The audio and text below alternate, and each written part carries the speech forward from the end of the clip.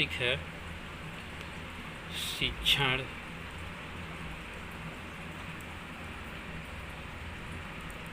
एक संप्रेषण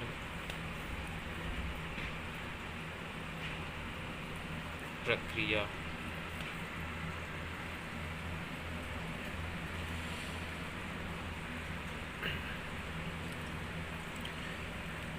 शिक्षण और अधिगम दोनों संप्रेषण की प्रक्रिया पर निर्भर हैं। संप्रेषण जितना ही सशक्त होगा, शिक्षण और अधिगम उतना ही अच्छा होगा। पाठ्य वस्तु विश्लेषण विधि का उपयोग शिक्षण तथा शोध दोनों ही क्रियाओं में किया जाता है। शिक्षण प्रक्रिया से ज्ञान की पाठ्यवस्तु का संचार एवं प्रसारण नई पीढ़ी को दिया जाता है। मानवीय ज्ञान का संचय पुस्तकों, पुस्तकालयों, पत्र पत्रिकाओं, इंटरनेट, सीडी तथा फिल्म के माध्यमों से किया जाता है। ज्ञान वृद्धि एवं विकास शोध अध्ययनों से किया जाता है। इस प्रकार मानवीय ज्ञान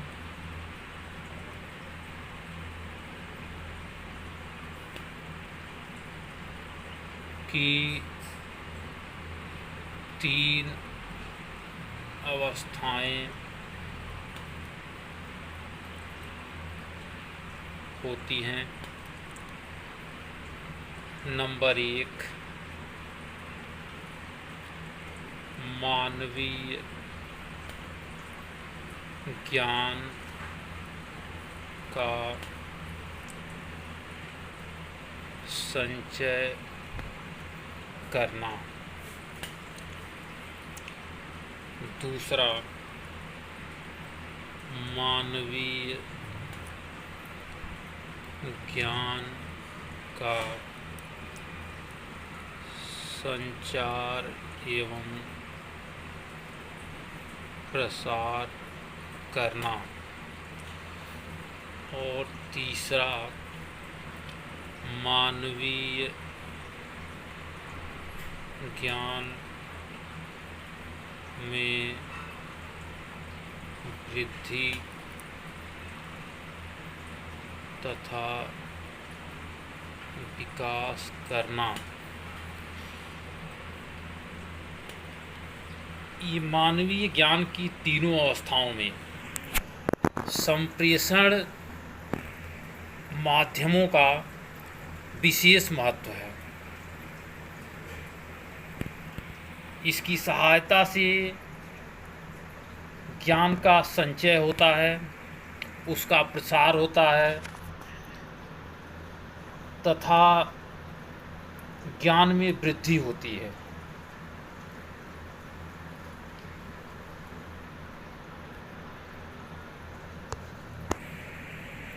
अब हम लोग आते हैं संप्रेषण का अर्थ।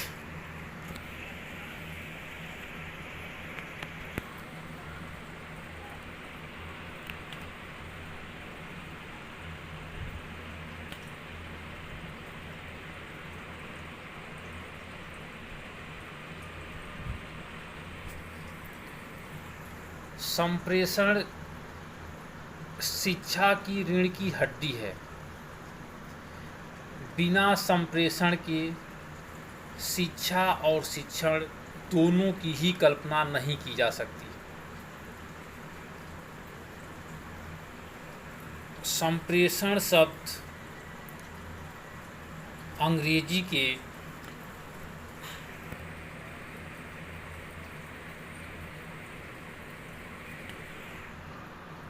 कम्युनिकेशन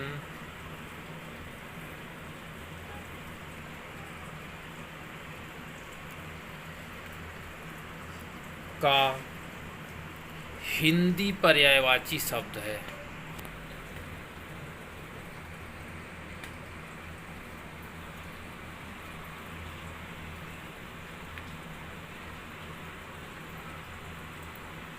इस शब्द की उत्पत्ति लैटिन भाषा के कम्युनिस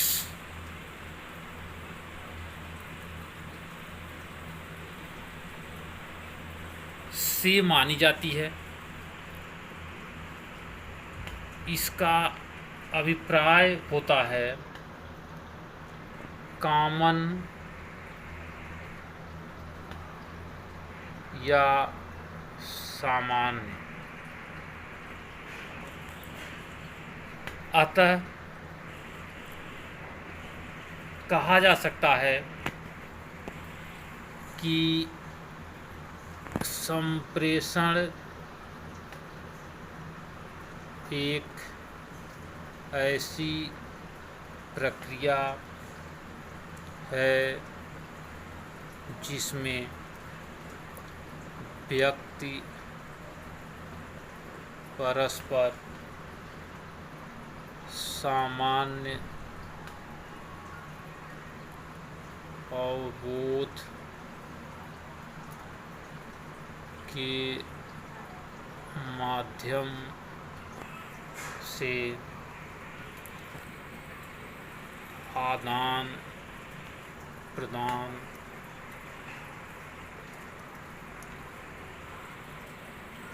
करने का प्रयास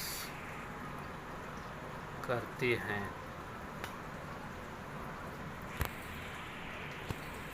संप्रेषण का अर्थ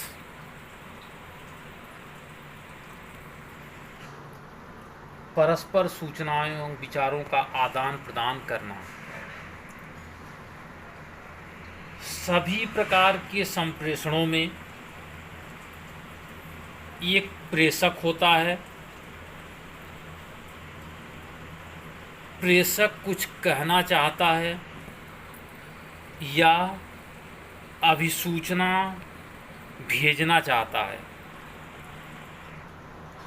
प्रेषक कहने में मौखिक संप्रेषण करता है और अभिसूचना भेजने में लिखित संप्रेषण भी करता है। इसे संप्रेषण का माध्यम कहते हैं। दूसरी ओर अभिसूचना को प्राप्त करता होता है।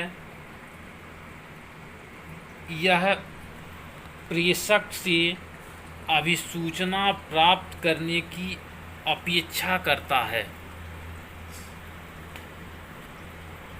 अब इसको हम जो है इस तरह समझ सकते हैं कि संप्रेषण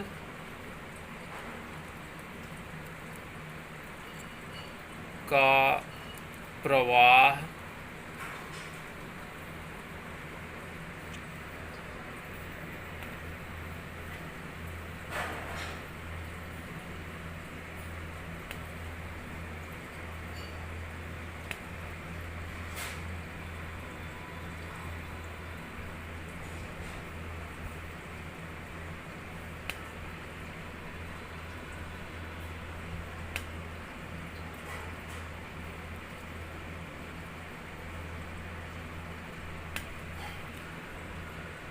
प्रेषक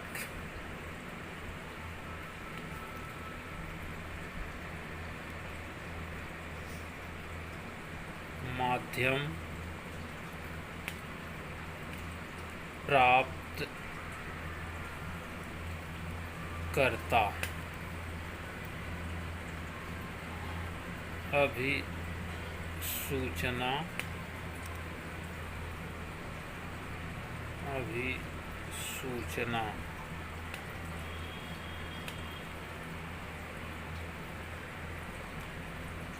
फिर एक बार समझ लें। सभी प्रकार के संप्रेषणों में एक प्रेषक होता है। प्रेषक कुछ न कुछ कहना चाहता है या अभिसूचना भेजना चाहता है,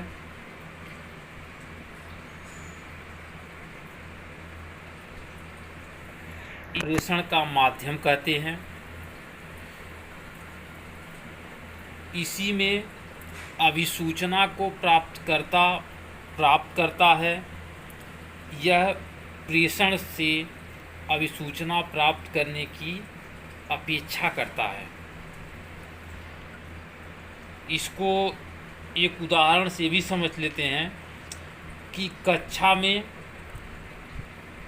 शिक्षक पाठ्य वस्तु संबंधी अनुदेशन को मौखिक या लिखित माध्यमों के प्रस्तुतिकरण से छात्रों तक पहुंचाने का प्रयास करता है। शिक्षक प्रेषक का कार्य करता है और छात्र प्राप्तकर्ता का कार्य करते हैं।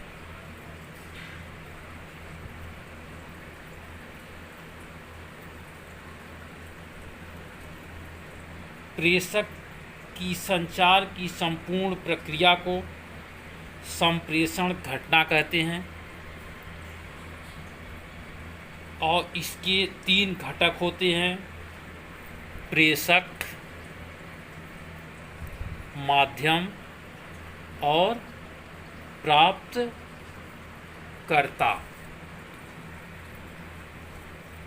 अब हम जो है कुछ परिभाषाओं पर संप्रेषण की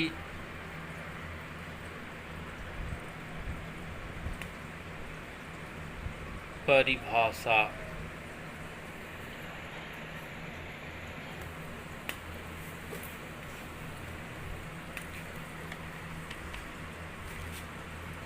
एंडरसन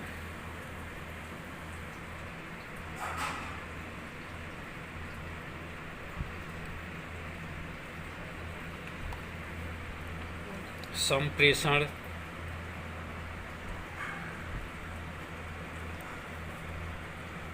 एक गत्यात्मक प्रक्रिया है जिसमें व्यक्ति चेतनतया अथवा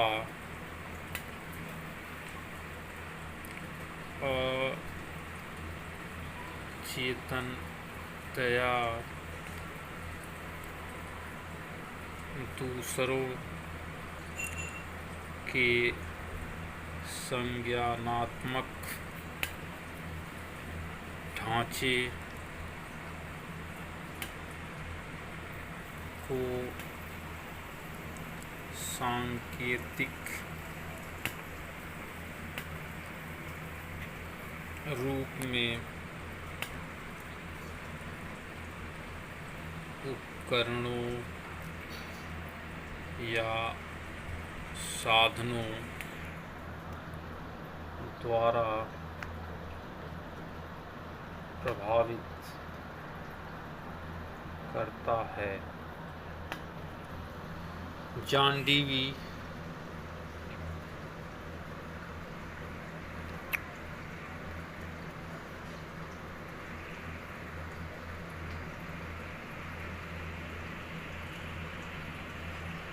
संप्रेषण अनुभवों के तब तक आदान प्रदान की प्रक्रिया है जब तक यह एक साझी या सामान्य संपत्ति नहीं बन जाती।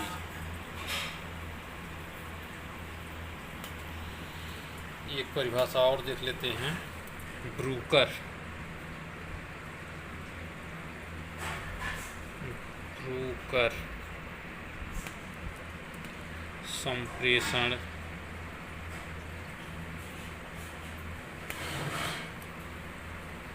वह सब कुछ है जो अर्थ से परिचित करवाता है, जो एक व्यक्ति के दूसरे व्यक्ति तक कोई संदेश ले जाता है।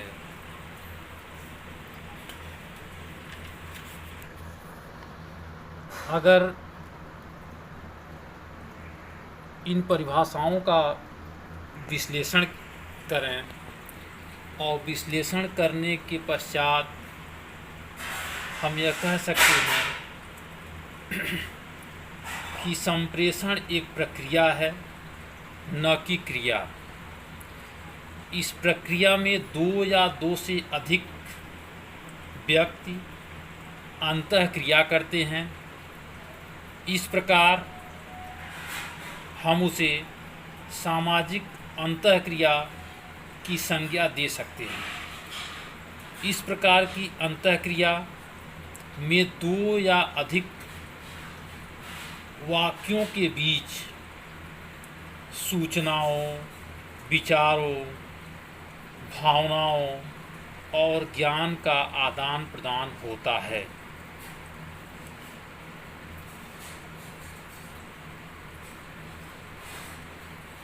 इसमें संप्रेषण की 3 प्रक्रियाएं होती हैं: कहना, सुनना व समझना। यह कार्य शब्दों, चिन्हों, संकेतों से किया जा सकता है।